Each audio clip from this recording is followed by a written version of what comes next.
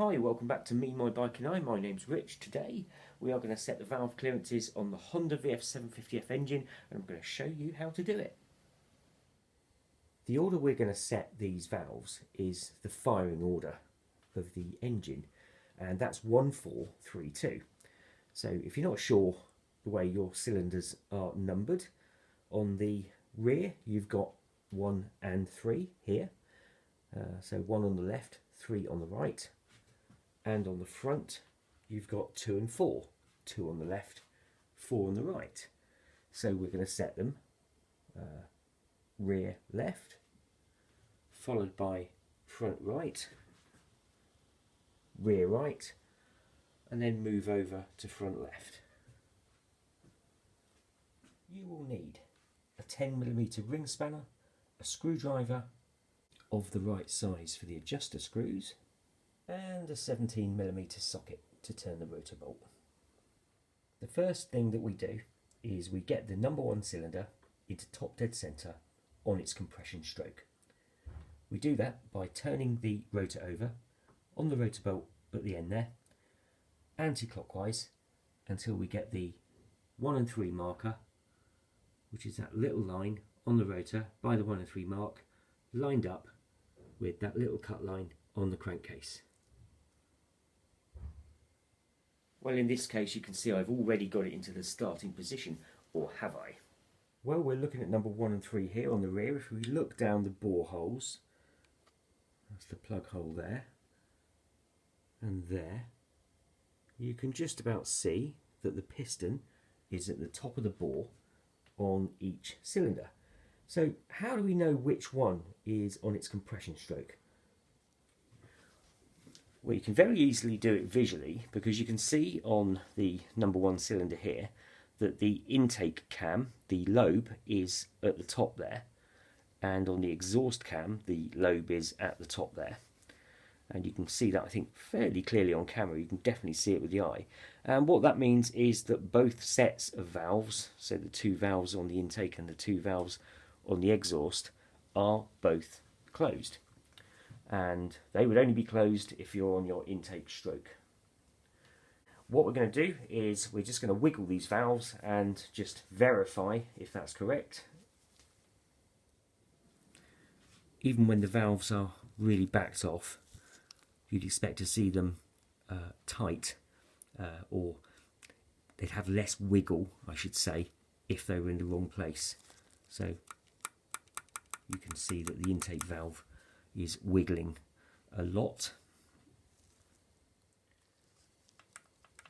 and the exhaust valve is wiggling a lot.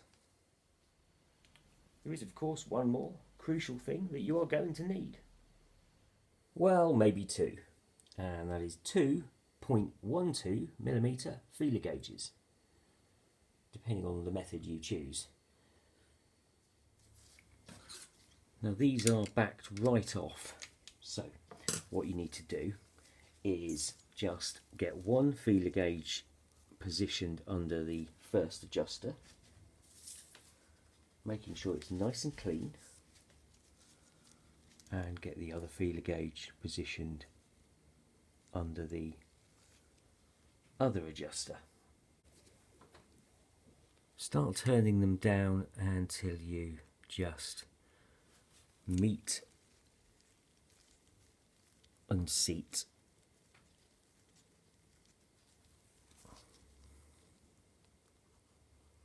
Little bit of drag. Do the other one uniformly. You could use 1 feeler gauge and do them separately, but you may find that you'll get an uneven adjustment.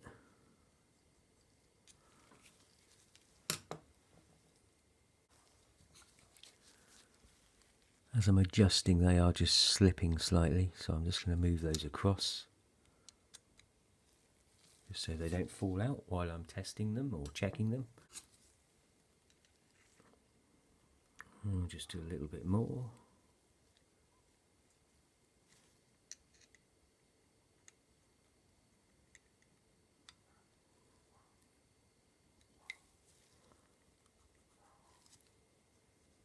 They are quite loose.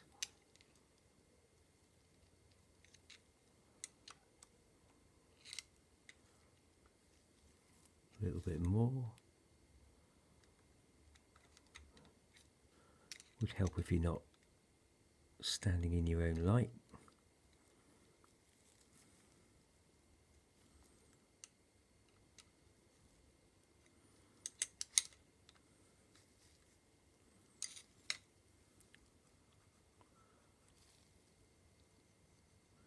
Drag starting to build up. They were very backed off.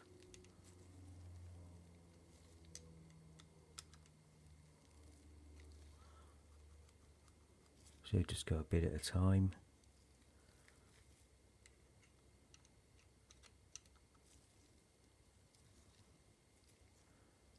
One thing to help is you can get angled feeler gauges.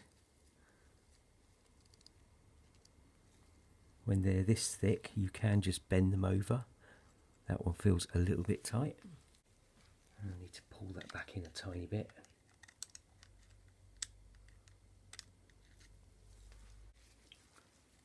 Tiny bit more.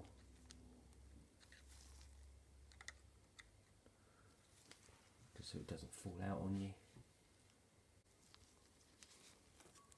Have a little feel.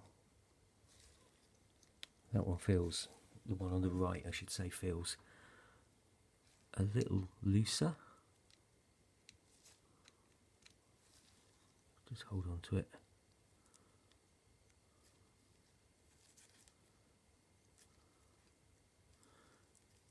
Good grief, that's considerably looser. Make sure that's in where it needs to be.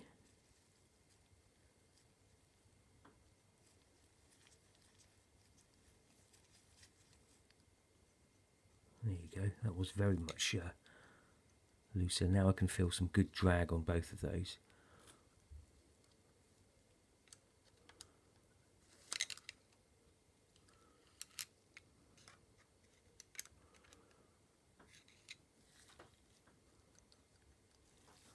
Just going to give that a tiny bit more, maybe just a quarter turn on each.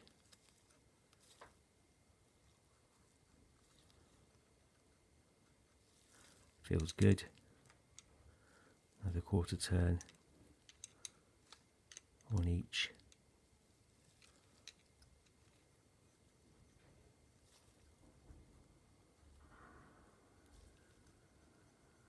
The one on the left feels a little.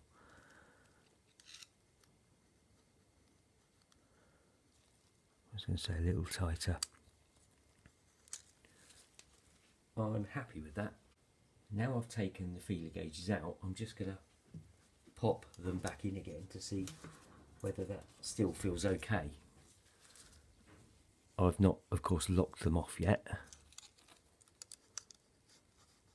Yep, I can get the gauge in there and it feels good.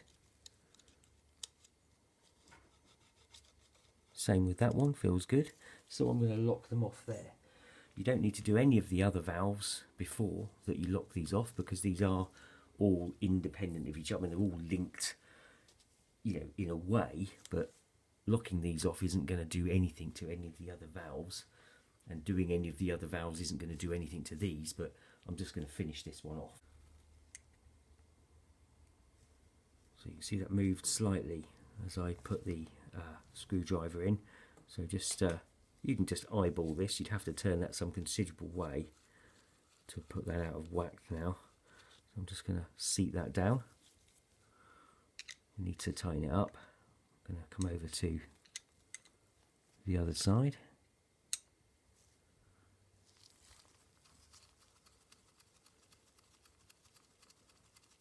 Seat that one down. Now we just need to lock these off. So I'm going to pop my screwdriver back in there, and there is a torque spec for this, but unless you've got any funky way of putting a torque wrench onto a lock nut here whilst holding that screw,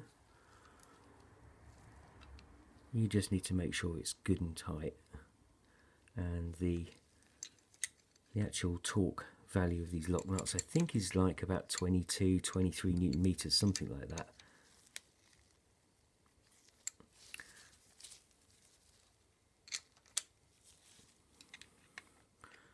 just make sure it's good and tight and don't let the adjuster turn.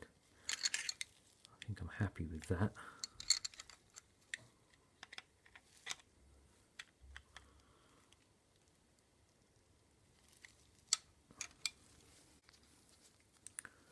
Verify once more.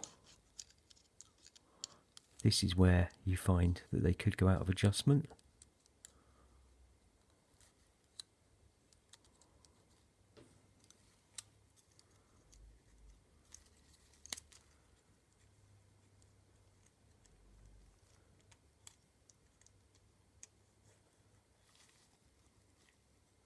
It was a bit fiddly to get it in, but it went in. Okay, on that side anyway. And on this side, it's fiddly because it's getting in there. So let me just do what I suggested doing, is just crook that over. There you go, that went in nice. And that feels okay. So that was the intake on number one. And I'm just going to move over onto the exhaust on the same cylinder. And without boring you and showing you it all over again, on the exhaust valves on this particular cylinder, as you can see, I've got my feeler gauges in and I've seated those adjuster nuts and I've tested the feel of those. I'm happy with where they are and I'm just going to go and lock those off.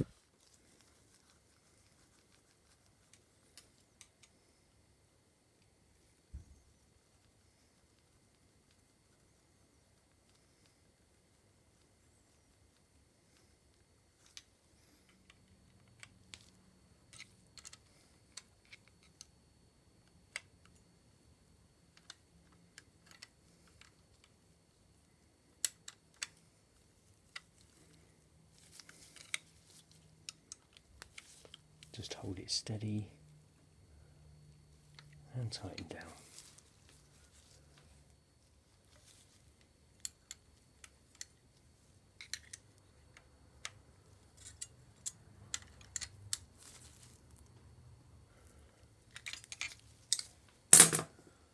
That's not loose, it just came out. The drag on that felt a little tight as I pulled that out. So I'll just recheck it and then we'll adjust it if we need to. It will just need micro amounts of adjustment, if anything, which you can just recheck until you're happy it's where you want it to be. Well, after a lot of playing, I've got them to exactly where I want them. You can see my feeler gauge in there. It's got a very nice little drag, and I don't need to adjust them up anymore. Okay, so next up is number 4 cylinder, which is the front right on this engine. The firing order, of course, is 1-4-3-2, which means that when we turn this crank anti-clockwise 90 degrees to get it into the 2 and 4 position, both of the front pistons will be up in top dead centre, but we know that number 4 on the front right there will be in top dead centre compression, because that is the firing order, so it's mechanically timed that way. So we don't really need to check anything, we just need to put it into position.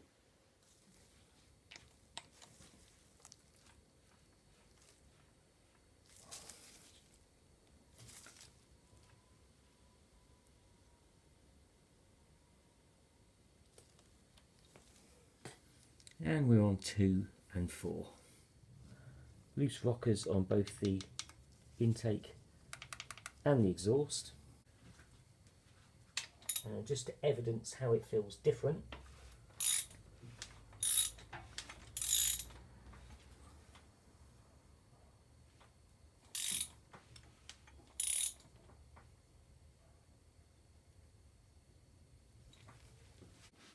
when you turn the crank 360, only one set of valves is open. So I've just turned it back 360 and you can see they are all loose again. The reason the intake was tight, because those valves were open at the top of its exhaust stroke, is because it had completed its exhaust by that point. So this was loose because those valves at the very top of that stroke are now closed, because at the top of its exhaust stroke it's ready for intake, and of course the intake valves will be open at that point. Okay, so don't get confused. Anyway, I've put that back in the position it needs to be to set the clearances, so I'm going to do that. It doesn't matter, of course, whether you do the exhaust or the intake valves first. You can do them either way round, but this is very much a rinse and repeat of what we did on the number 1 cylinder, so I'm going to crack on and finish this, and then we'll move on to the next step. Okay, so without making you watch that all over again, I've set the clearances on number 4, and I'm going to spin the engine around so that we can rotate the crank a further 270 degrees, which adds to the 90 to give you 360 rotation to pull it back round to the 1 and 3 timing mark, so that we can get number 3, which is the rear cylinder right hand side, this one here, top dead centre on its compression stroke. The easiest way to do this without staring at the timing marks is to give it 3 90-degree or quarter turns.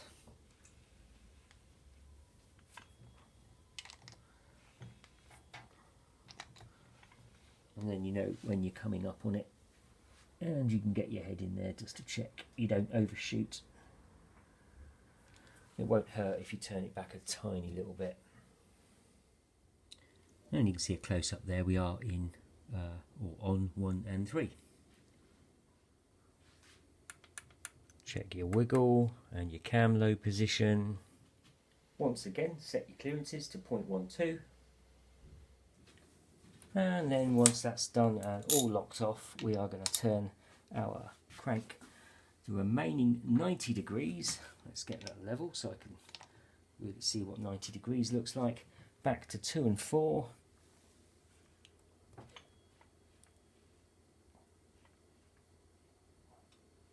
You probably couldn't see it in that light, but that is spot on. Which will of course bring the number 2 piston to top dead centre, compression stroke, ready to set the valve clearances. The trick with this is to just not fuss with them too much. Make sure that you back off the lock nuts as far as possible without them falling off, and then get your feeler gauges in, one each side, and screw down the adjusters uniformly, a little bit like when you're torquing up, and as soon as they touch off, stop.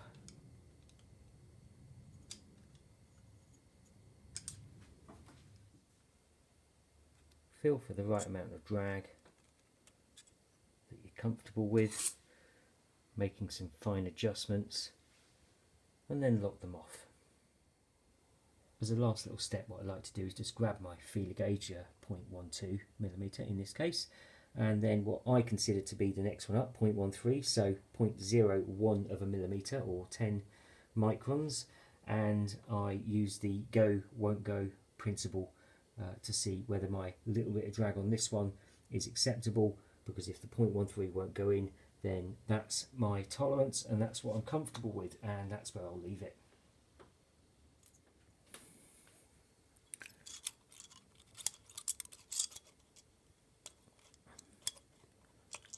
Yeah, so I'm happy that's got just about the right amount of drag that I'm looking for. And if I try my 0.13, well, it'll go in, but it's very tight.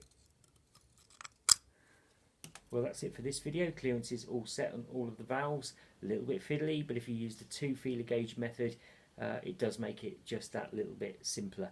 Job done. Next video, going to get the rest of all of the bits and bobs back onto the engine. So starter motor, oil filter, clutch and stator cover, crossover pipes, various other things, exhaust downpipes on the rear, heat shield, all of that kind of stuff. Once all of that's done, we can get this engine back up and in the frame and then we can start taking a look at the carbs, because they still need a little bit of work doing, but that's for another video.